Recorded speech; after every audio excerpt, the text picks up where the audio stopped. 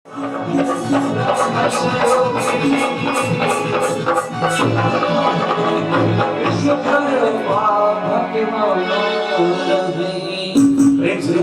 भगवान की। श्री सूर्य जी महाराज कहते हैं कि गुरु बृहस्पति को बुला करके बिठाया गया और प्रभु ने आदेश किया कि हे बृहस्पति गुरु, ये 5 ब्रह्मचारी जो मेरे पुत्र हैं, इनके विवाह की बातचीत हुई है। ब्रह्म ऋषियों की कन्या है, आप उनके नाम से उनके जन्मान कुंडली को मिलाएं। गुरु बृहस्पति के द्वारा विवाह विचारा जाए, लग्न निर्धारित है।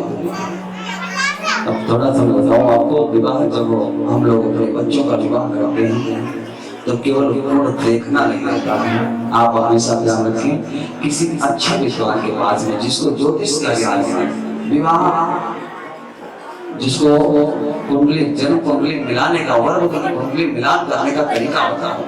और एक चीज और जान लें आप, मैं बताऊं, क्योंकि समाज में आज के पीरियड में सबसे ज्यादा घुसेले नाक अगर कोई घूम रहे हैं तो ये ज्योतिषाचार्य जो अपनी जरा सी दक्षिणा के खाते अपने पैसे के लिए ये लोग कभी कभी काम और जानबूझकर गलत अंजाम देते हैं। क्योंकि मेरे साथ रहती है टीम ना, मैं देखता हूँ मेरे साथ यहाँ तो बहुत कम टीम है, 9-9, 10-10 आचार्य रहते हैं। केवल आचार्य जिसमें एक ज्योतिषाचार्य हस्त रेखा वाला है, कोई कुंडली देखने वाला, कोई मस्तक रेखा देख करके और आपको भाग्य बताने वाले, खुद का भाग्य बिगाड़ करके मेरे पास में 300-500 रुपए की दिहाड़ी करने आते हैं और दूसरों का भाग्य बिगाड़ते हैं।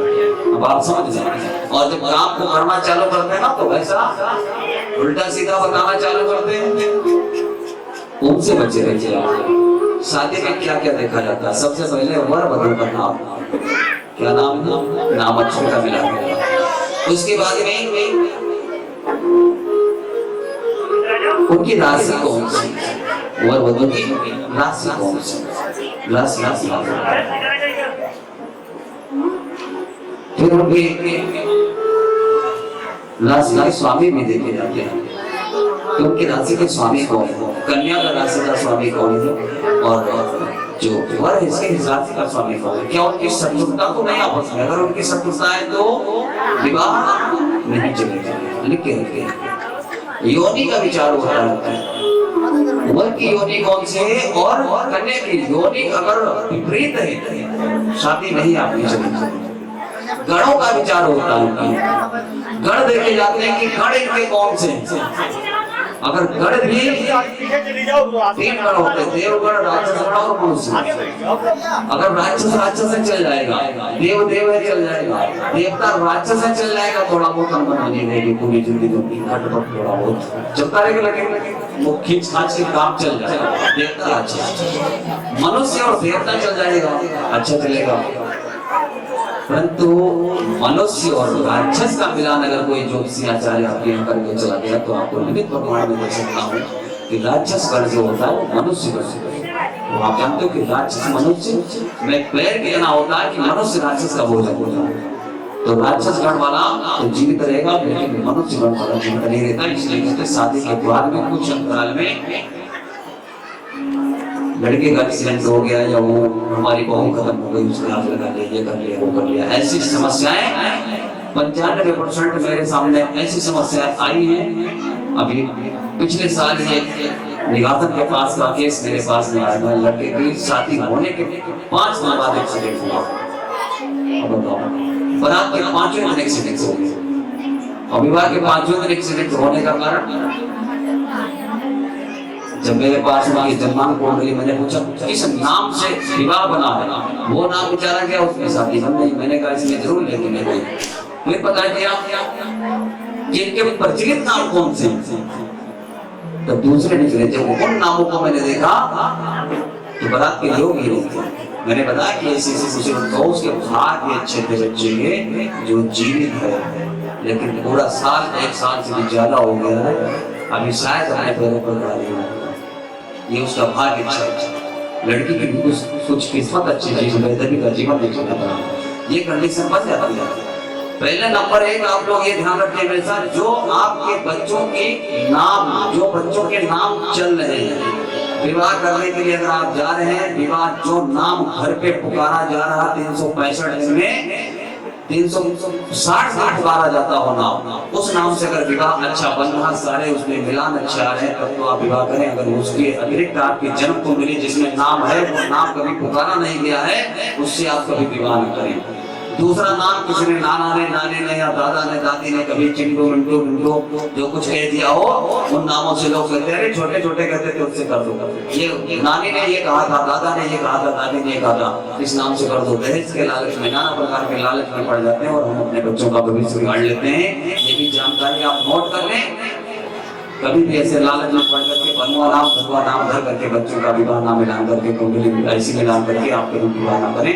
अगर ऐसा आप करते हैं तो आप अपने आप को दुख में और बच्चों के जीवन के साथ में खिलवाड़ करते हैं। प्रेम से विश्वकर्मा भगवान की आज भगवान आपकी विश्वकर्मा महापुराण कह रही है कि गुरु बृहस्पति जो वेदों में पारंगत हासिल जिन्होंने कर रखी है, देवताओं के गुरु में उनको बुला करके बैठाया गया, जिन्होंने वेद अध्ययन, वेदांतों का अध्ययन किया है, ज्योतिष का अध्ययन किया है, सब उनको परफेक्ट अध्ययन है, भगवान विश्वकर्मा ने स्वयं उनको बुला करके बैठाया और कहा कि मेरे पांचों पुत्रों का विवाह आप लग्न और पत्रिका बनाए, लग्न पत्रिका।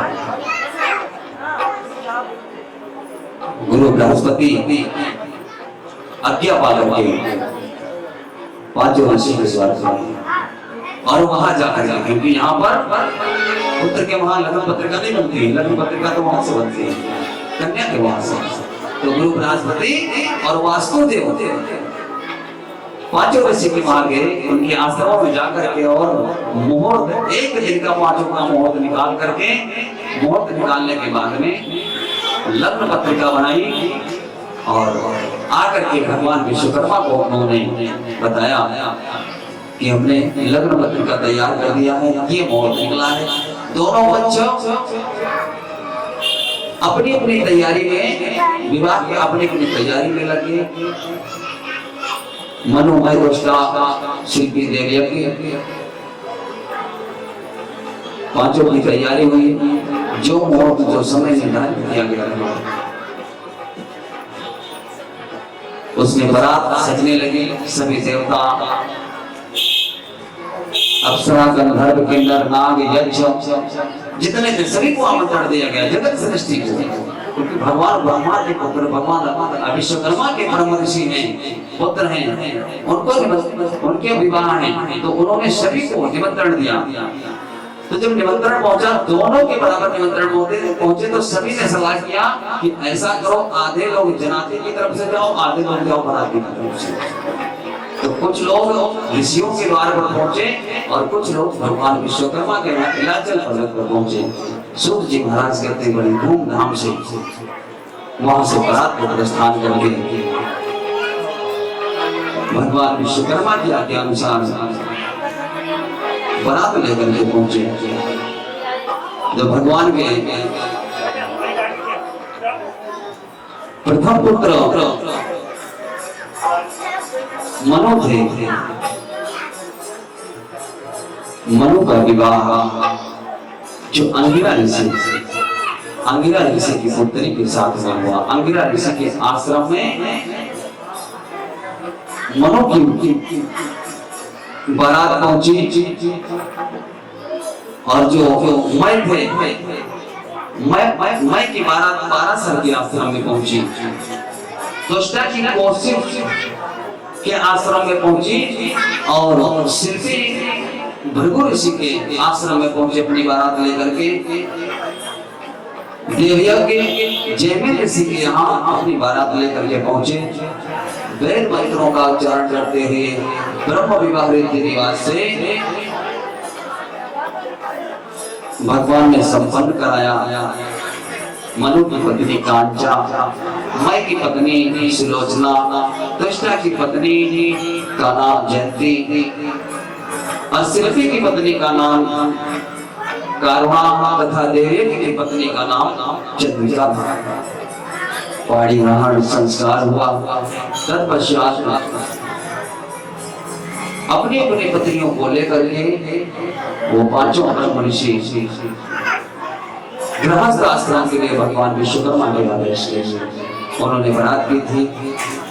तो वहां से अपने अपने ससुराल से विदाई लेकर के विवाह संपन्न होने के बाद में नीलाचल पर्वत पर आए भगवान विश्वकर्मा की शरण में आए। भगवान विश्वकर्मा अधिक प्रसन्न हुए क्योंकि वहां से वंश की वृद्धि होनी थी। और सुखदेव सूत जी महाराज कहते हैं कि पांचों का विवाह संपन्न होने पर भगवान विश्वकर्मा ने उनको आशीष दिया, आशीर्वाद दिया और कहा कि तुम पांचों लोग सृष्टि के कल्याणार्थ हुए। तुमको इस पूरे संपूर्ण सृष्टि में हमेशा के लिए रहना है, नीलाचल पर्वत पर रहना है और अपनी वंश वृद्धि को बढ़ाना है। भगवान के बताए हुए आदेश का पालन करते हुए मनोमय तुष्टा देवयज्ञ शिल्पी देवयज्ञ सभी ने भगवान का आदेश का पालन किया और सृष्टि का विस्तार किया। आज जितनी शाखाएं यहाँ पर इस सृष्टि में इस धरती पर आपको मिल रही हैं, जो सृष्टि के सृजनात्मक कार्य करने वाले हैं, ये वही भगवान विश्वकर्मा के ब्रह्म पुत्र हैं। जो ब्रह्म ऋषि थे, ब्राह्मण ऋषि थे, उन्हीं की संतानें हैं। कुछ ने वेद वाचना चालू कर दिया तो कुछ ने अन्य कर्मों को करना चालू कर दिया, नाना प्रकार के कर्मों को करना चालू कर दिया। लेकिन कलियुग के 5125 वर्ष जो बीते हैं, इनमें सबसे बड़े हमारे धर्म के लिए विडंबना ये खड़ी हो गई कि नाना प्रकार से जाति बढ़ गई। किसी भी पुराण में कोई जाति नहीं आज तक लिखी मिली है। मुझे कई पुराणों का अध्ययन कराया गया है, केवल और केवल वर्ण की व्यवस्थाएं दी गई है और कर्म को प्रधान बताया गया। दो चीजें हैं, सभी लोग ध्यान से सुनिए, वर्ण और कर्म। और जैसे रामचरित मानस की रचना कलयुग में हुई है, रामचरित मानस को कितने साल आए हुए, गोस्वामी बाबा ने इसको लिखा कितने साल हो गए? अरे 1631 में तो लिखी गई थी, 1631 में लिखी गई, बहुत पहले की थोड़ी है। संवत 1631 और अभी आपका संवत कौन सा? आपने चौपाई उसमें पढ़ी होगी, संवत 1631 कुछ ऐसे करके चौपाई 1631 में इसका लेखन हुआ है रामचरितमानस का। और अभी आपके पास में संवत चल रहा है 2081। अब 2081 से 1631 का तो 450 लगभग 450 वर्ष के आसपास हुआ है इसको लिखे। और इसी अंतराल में जात पात बढ़ गया, हमारा धर्म बढ़ गया, हमारे धर्म अपने ही घर में अपने भाई से भाई घृणा करने लगा, अपने ही धर्म से अपने ही धर्म के लोग घृणा करने लगे, नाना प्रकार के उसमें संप्रदाय को लेकर के घूमने लगे। आज कोई कह रहा कि मैं इस परिवार से जुड़ा हूँ, कोई कह रहा नहीं मैं इस परिवार से जुड़ा हूँ, कोई कह रहा मैं तो जैन धर्म का हूँ, कोई कह रहा नहीं मैं बौद्धिस्ट होता जा रहा हूँ। मेरे इधर की आप चले जाओ पूरब, क्या बोलते हैं ढगरवा और ये इधर पड़ता है महुआ वगैरह पड़ता है, उधर आप चले जाओ मौर्य कास्ट के लोग हैं, बहुत सारे लोग मौर्य हैं, बौद्धिस्ट हो रहे हैं। वो आपका रीति रिवाज जितना ब्रह्म विवाह जैसे आपसे वहां होता है, सब कुछ नहीं मनाते हो, करते नहीं, मानते नहीं, भगवान को नहीं मानते हो, गाली दे रहे हो। अभी मौर्य लोग जो मौर्य समाज के लोग थे, मौर्य समाज के लोगों ने ही तो भी पिछले साल शायद 1 या 1.5 साल हो गया तब उन्होंने रामचरितमानस को आग लगाई थी। लखनऊ और रायबरेली वगैरह में बहुत धरना प्रदर्शन हुआ था, आप लोगों ने सोशल मीडिया पे बहुत सुना था। क्यों लगाया? क्योंकि उनके दिमाग में इतना फतूल हमने भर दिया है, करके जातिवादी को लेकर के इतना फतूल भर दिया है कि वो लोग आज करने के लिए मजबूर हो रहे हैं, धर्म से भागने के, सनातन धर्म से दूर भागने के लिए मजबूर हो रहे हैं। लेकिन मेरा यही आदेश है, यही मेरा सभी से मेरी प्रार्थना है कि आप लोग ऐसा कर सकें, कोई जाति बात नहीं करने का चाहिए, सभी एक समान हैं, सभी परम पिता परमात्मा की संतान हैं। हम सब लोग एक पास में बैठ करके भोजन करेंगे, एक साथ मिल करके कार्य को करेंगे, चाहे घर का हो या भगवान का हो। फिर वही बात कहूंगा, हम बदलेंगे तो युग बदलेगा। आपको बदलने की आवश्यकता है। यहाँ पर जितने लोग उपस्थित हैं, भगवान विश्वकर्मा को साक्षी मानकर आज संकल्प लेकर के यहाँ से जाएंगे कि आज के बाद में हम अपने हृदय के अंदर एक दूसरे के ऊपर कोई जातिवादी का भेद नहीं करेंगे, केवल और केवल सनातन धर्मी भाई की नजर से देखेंगे और साथ में बैठेंगे। हमारे यहाँ भेद तो केवल 2 का है, सच्चाई वो भी बोलेगा। तो भेद हमारे यहाँ किसका है? दो का। आप जानते हो कौन दो? क्योंकि दो से सृष्टि है और पूरे संसार में दो का खेल है। 6 शास्त्र 18 पुराण 4 वेद उनके तमाम उपनिषद जितना जो कुछ है सब में दो का खेल है, तीसरा कोई है नहीं। अब आप जाने दो कौन है? एक तो नारायण और दूसरा कौन? नर। तीसरा है कोई संसार में? कोई नहीं संसार में। एक नारायण जिसने पूरी सृष्टि को बनाया है और दूसरा उस सृष्टि में जो आया है नर। तीसरा कोई संसार में नहीं प्यारे। और चाहे आपकी श्रीमद् भागवत हो, श्री राम कथा हो, देवी पुराण हो, शिव महापुराण हो, विश्वकर्मा महापुराण हो, स्कंद महापुराण हो, 4 वेद 6 शास्त्र 18 पुराण उनके उपनिषद, कुरान शरीफ, बाइबल, जितने धर्म ग्रंथ है दुनिया के आप ला करके रख दो, मैं प्रमाण देता हूँ, प्रमाणित करता हूँ कि दो के सिवा तीसरे की कोई कथा नहीं है। क्योंकि प्रत्येक धर्म ग्रंथ में एक ही चीज बताई जाती है कि नर को नारायण से मिलने का रास्ता, इसके अलावा कुछ बताया जाता है? अब तीसरा दिन है, आपको कथा एग्जाम्पल दिया जाता है, उदाहरण दिया जा रहा है कि आप उनकी तरह भक्ति करेंगे, नारद की तरह भक्ति करेंगे तो आप भगवान विष्णु को पा जाएंगे। उदाहरण तो दिया जाता है, लेकिन कार्य क्या है आप समझे? केवल नर को नारायण से मिलने के मार्ग को ही दर्शाया जाता है, जो हमारे सभी धर्म ग्रंथों में स्थापित है। और इसके अलावा दूसरी कोई कथा नहीं, दूसरा कुछ नहीं लिखा होता उसमें। दूसरी चीज, दो का खेल हमारे यहाँ दो का भेद है, वो भी आप जाने। और दो से सृष्टि, नर और नारायण, माता पिता, गुरु शिष्य, इसके अलावा कुछ नहीं। दिन और रात, पृथ्वी आकाश, सब दो है। तीसरा कुछ मिल रहा आपको नहीं है। और दो का भेद कौन सा है? हमारे यहाँ केवल भेद इतना है, एक भगत होता है। कौन? जिसने दीक्षा ले लिया, गुरु की शरण को पकड़ लिया और वो दीक्षा ले लिया, एक भगत हो गया। और दूसरा नगुरा होता है, जिसने गुरु नहीं किया, दीक्षित नहीं हुआ। दो होते हैं, तीसरा है कोई? बस नगुरा एक पास में बैठ खाते हैं, एक खाते हैं, भक्ता एक पास में खाते हैं, एक बैठ खाए। कोई जातवादी भेद है कुछ? बोलो है कुछ? भाई आप अगर मांसाहार का भोजन कर रहे हैं तो हम आपके साथ में नहीं खा सकते, आपके एक में नहीं खा सकते, आपके हाथों का बनाया नहीं खा सकते।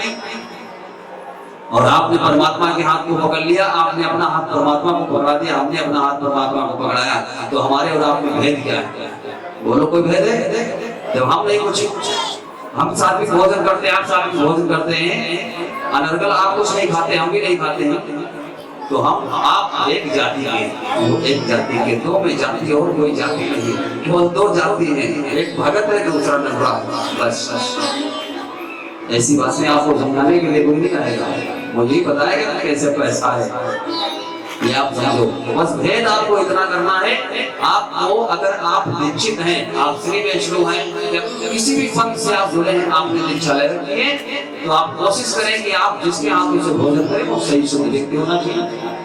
वो मीट मछली दारू शराब ठंडा का प्रयोग ना करना हो, मांसाहार ना खाता हो, आप उसके हाथों से भोजन करें और आराम से। आपने श्रृंगी ऋषि की तो कथा सुनी होगी। श्रृंगी ऋषि के जन्म होते उनके सींग जो उनके मस्तक के ऊपर सींग थी। उन्होंने कहा परमात्मा से, प्रभु आपने मुझे इतना अच्छा रूप दिया, इतना बुद्धि दी, आपने इतना शास्त्र और वेद सहित का अध्ययन आपने सदा करवा दिया हमको। सब कुछ होने के बाद में ये मेरे मस्तक के ऊपर बड़ी सी एक सींग है। आकाशवाणी हुई कि ऋषि श्रृंगी तुम जाओ और किसी मलिन परिवार में जाकर के भोजन कर लो, और भोजन करते ही तुम्हारे ये सींग टूट करके गिर जाएगा। श्रृंगी ऋषि नगर में पहुंचे, क्योंकि वो आश्रम में रहते थे, नगर में पहुंचे।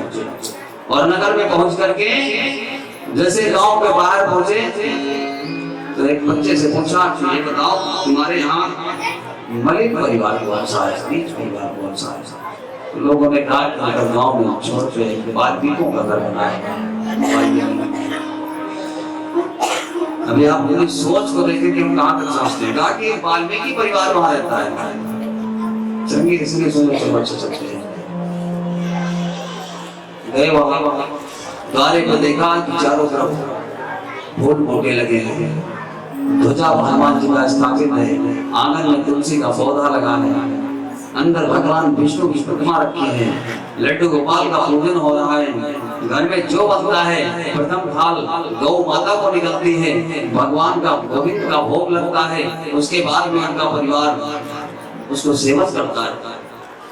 कोई याचक आज तक दूर नहीं गया, खाली नहीं गया घर से हमसे, सभी तुलसी धारी हैं, गोविंद का भजन करते हैं, दोनों बाहर की संज्ञा करते हैं। शाम को सुबह बोलो परिवार के साथ उन्होंने याचना की, देवी भिक्षाम से लेकर के आई, गृहिणी ज्योति घर की लक्ष्मी लेकर के आई। उन्होंने कहा लीजिए महात्मा। बोले देवी मुझे बने हुए अन्न की आवश्यकता है, मैं आप यहाँ भोजन करना चाहता हूँ। तो उन्होंने वही समाज चला, समाज के अनुसार महाराज आप संत हैं और मैं बाली परिवार है, ये कार्य होते थे मेरे यहाँ, जिसके यहाँ जो कार्य होते हैं कार्यों से फुकता जाता है। उन्होंने कहा नहीं मैं जानता हूँ आप भोजन कराने वाले। भोजन तैयार हुआ, आसन लगाया गया और जब श्रृंगी ऋषि ने भोजन करना चालू किया तो एक बार उठा के खाया, दो बार खाया, तीन बार खाया, थाली का पूरा भोजन खा के सीख नहीं। वहां से निकले, हाथ को धुना, कुछ कह नहीं पाए, वहां से निकले, तुरंत याद किया नारद जी आगे। बोले क्या बात? नारद तो भगवान का मन। बोले क्या बात? ईश्वर कहें कैसे याद किया? बोले आकाशवाणी हुई थी कि जो मेरा सिंह है किसी पलित परिवार में भोजन करने से गिर जाएगा, और मैंने भोजन किया है और पूरा भोजन कर लिया, मेरा धर्म भी ऐसा हो गया। ये जो भी मन में आया उन्होंने कहा, लेकिन सिंह नहीं गिरा। नारद जी ने पूछा कहाँ भोजन किया था? बोले विष्णुनगर में वाल्मीकि परिवार है। बोले वो उधर? हाँ उधर। बोले किसने कह दिया कि वो वाल्मीकि परिवार है? वो मलिक परिवार, नीच परिवार, किसने कह दिया? क्यों? अरे वो भगवान का भगत है, आठों पहर उसके यहाँ भगवान की आरतियां होती हैं, वेद मंत्रों की ध्वनि गूंजती है। द्वारे पर तुलसी का पौधा अपने आंगन में देखा, एक हनुमान जी का ध्वजा रखा है, भगवान भोलेनाथ की शिवलिंग की स्थापना है। अरे पूरा परिवार तो भगवान का भजन करता है, नाम करता है। नारद जी ने समझाया श्रृंगी ऋषि को, जाओ जो कर्मों का नीच हो, जाति की नीच व्यक्ति नहीं ढूंढे जाते, कर्मों का नीच हो उसको देखो। अब आए तो दूसरे नगर में पहुंचे और वहां पर जब पहुंचे तो लोगों से पूछा तो उन्होंने बताया कि एक परिवार उधर है, पंडित जी कहते हैं आप भोजन वहीं कर ले महाराज, और भोजन करने का कहीं पर कोई जुगाड़ नहीं है। पंडित जी के घर पर पहुंचे तो उनकी व्यवस्था को देख कर श्रृंगी ऋषि को पता चल गया कि यहाँ पर मेरा काम हो जाएगा। जैसे द्वारे पर याचक ने याचना